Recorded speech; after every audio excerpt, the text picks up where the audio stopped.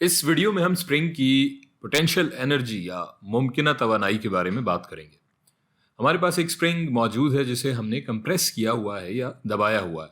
इसकी अपनी असली लंबाई कुछ यहाँ तक थी।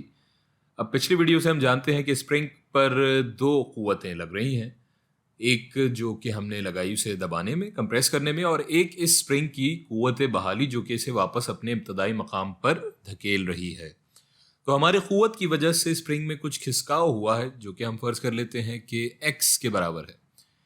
इस वीडियो में हम करेंगे ये कि हमारी कुव्वत और खिसकाव के बीच में एक ग्राफ देखेंगे जिससे हम ये पता लगा सकेंगे कि इस स्प्रिंग पर काम या वर्क डन कितना हुआ है। यहाँ y एक्सिस पर हम दबाने वाली कुव्वत या कंप्रेसिव फोर्सेस को प्लॉट करेंगे और x एक्सिस पर हम खिसकाव को प्लॉट करेंगे। लेकिन इससे पहले आपको पिछली वीडियो से याद होगा हुक्स लॉ, जिसका मतलब है FSP यानी कि spring force is equal to minus KX। इसके मुताबिक स्प्रिंग की कुव्वत बहाली खिसकाव और इस कांस्टेंट के हासिल ज़र्ब के बराबर है। यानी जितना खिसकाव होगा उतना ही स्प्रिंग की कुव्वत बहाली कोशिश करेगी उसे अपनी जगह पे वापस लाने की।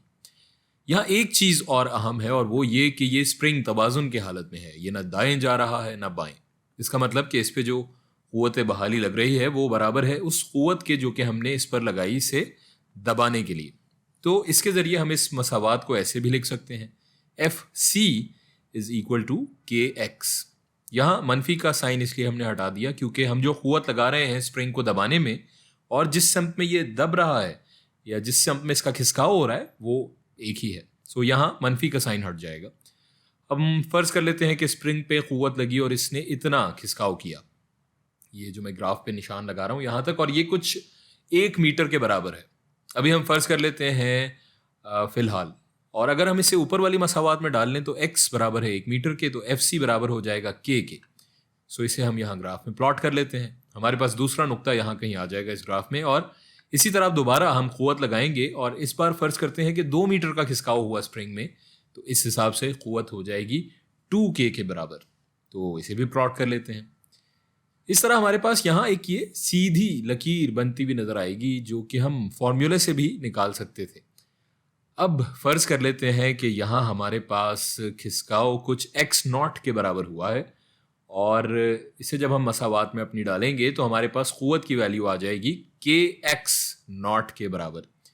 तो अब आपको याद होगा पिछली वीडियो से कि जब हमारे पास कुव्वत तब्दील हो रही हो बार बार तो इस सूरत हाल में हम काम की वैल्यू ग्राफ की मदद से निकालते हैं, ना कि फॉर्मूले से, क्योंकि कुव्वत और खिसकाव के दरमियान जो ग्राफ बन रहा होगा इसके नीचे का रकबा बराबर होगा हमारे वर्क डन या काम की वैल्यू के। सो यहाँ भी हम ऐसा ही कर लेते हैं। तो यहाँ हमारे पास एक, अगर हम देखें तो ये मुसल्लस बन रहा है, ट्राइंगल। इसका रकबा हमें निकालना होगा जो कि हम जानते हैं कि बराबर हो जाएगा 1/2 इंटू बेस इंटू हाइट। सो अब इन वैल्यूज को हम इस मसावात में डाल लें तो हमारे पास W is equal to 1/2 into ये x0 into k into x0, और W बराबर हो जाएगा 1/2 into k into x0 square joules के। ये आ गई हमारे पास काम या वर्क डन की वैल्यू। अब हम जानते हैं कि काम बराबर होता है उस तवानाई की जो मुंतकिल हो रही है कुव्वत की वजह से।